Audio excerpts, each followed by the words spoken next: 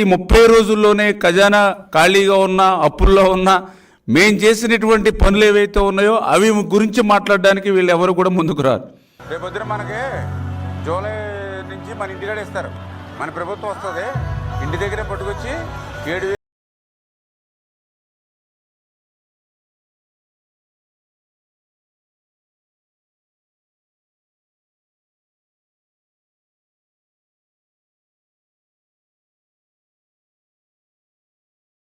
ఏం పేరమ్మా?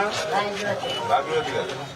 మే నెలలో 1000 రూపాయలు, జూన్ నెలలో 1000 రూపాయలు, అంటే 3,000 ప్లస్ ఇప్పుడు ఈ నెల వచ్చి 4,000 అమ్మా, 7,000 రూపాయలు. అమ్మా మీకు ఎంత చేసినా కూడా తక్కువే. మీ వృద్ధులకి ఎంత సేవ చేసినా చంద్రబాబు నాయుడు గారు కూడా స్వయంగా ఆయన అమ్మా మీ మనవాళ్ళు అంటున్నాయి, మనవాడినాయి తప్పే లేదు మాకు, మీకు మనవాళ్ళు అంటుండే. ఓకే, ఇప్పుడే చూశారు ఏదైతే ఆ రోజు ఎన్నికల ప్రచారంలో, అంటే ఎన్నికలకు ముందు మేము ప్రచారంలో 4,000 ప్లస్ 3,000 7,000 ఇంటికి పట్టుకొచ్చిస్తానని ఆ రోజు చెప్పాం. చంద్రబాబు నాయుడు గారు, పవన్ కళ్యాణ్ గారు ఏదైతే హామీ ఇచ్చారో హామీని నేను ప్రచారం చేశాం. దాని ప్రకారం అధికారంలోకి వచ్చిన తర్వాత ఆ 7,000 రూపాయలు ఇంటికి పట్టుకెళ్ళిచ్చి మళ్ళీ అవి కూడా వాళ్ళు కాళ్ళు కడిగి గౌరవంగా, ఎందుకంటే మేము ఆ ఇచ్చేటువంటిది కూడా ఏదో సాయంగా కాకుండా అది మా బాధ్యతగా మేము ఆ రోజు వాళ్ళ ఇంటికి అందజేస్తాం. మరి దీని గురించి ఆ పేరుని అమ్మటి ఈ వీడియో వేసి చూపించవచ్చుగా. ఏదైతే అన్న మాట ప్రకారం వాళ్ళ ఇంటింటికి వెళ్ళి 7,000 రూపాయలు అందజేశారని చెప్పొచ్చుగా. అదేవిధంగా 3,000 రూపాయలు ఉన్నటువంటి దివ్యాంగులు పింఛన్ని ఆ రోజు 6,000 రూపాయలు చేసి ఇంటికే పట్టుకొచ్చిస్తానని చెప్పాం, అన్నమాట ప్రకారం చేశాం. ఒకసారి అది కూడా వీడియో ఉంటే పెట్టమ్మా. అమ్మా బాగున్నావా? ఏం పేరు నీ పేరు? మురళీకృష్ణ. నా కోసం చూస్తా ఉన్నావు ఎదురు తమ్ముడు. ఓకే, నీ కోసమని బాధ్యతగా నేనే పట్టుకొచ్చి ఇస్తాను ఫస్ట్ పింఛన్. ఓకేనా మీ ఇంటికి?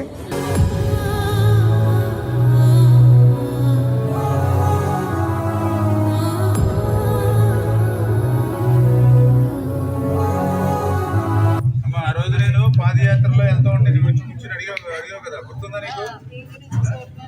నీ వీడియోలో కూడా చూసాం. ఆ రోజు నేను ఇక్కడే మెట్ల మీద ఉండి చెప్పాను పింఛన్ ఎంత వస్తుందంటే 3,000 అని చెప్పాను. మళ్ళీ నెక్స్ట్ మేము వచ్చిన తర్వాత 6,000 రూపాయలు ఇస్తానని చెప్పాను. ఎంత అని చెప్పాను ఆ రోజు? 6,000 చెప్పాను కదా. మళ్ళీ అధికారులకు వచ్చిన వెంటనే మళ్ళీ ఇప్పుడు 6,000 పట్టుకుని వస్తున్నాం. మీకు ఏమ్మా మాట ఇచ్చినట్టు నిలబెట్టుకున్నావా? ఎవరైనా ఉన్నారు గతంలో ఎప్పుడైనా అలా నిలబెట్టుకున్న వాళ్ళు? ఎవరు లేదు. అప్పుడు వీడియో కూడా ఉండాలి. బాబు గారు రేపు మళ్ళీ మన ప్రభుత్వం వచ్చిన వెంటనే మీరు 6,000 రూపాయలు వస్తున్నాం. 6,000 రూపాయలు పెంచిస్తానన్నాం, మళ్ళీ పెంచిస్తున్నాం. సంతోషం.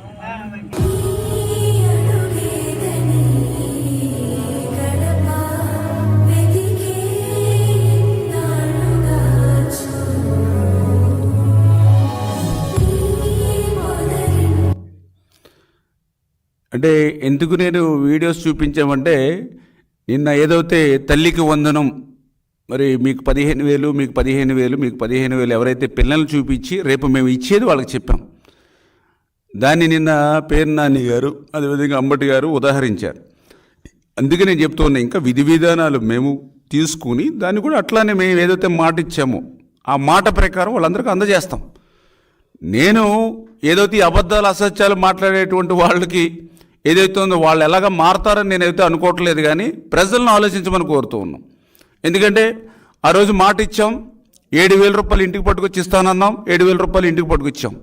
వాళ్ళకి ధైర్యం ఉంటే ఈ వీడియోని కూడా ఆ రోజు ఇదిగో ఇట్లా ప్రచారం చేశారు, ఇట్లా 7,000 రూపాయలు ఇచ్చారు, మాట నిలుపుకున్నారని చెప్పి చెప్పాలి కదా వాళ్ళ ప్రెస్లో.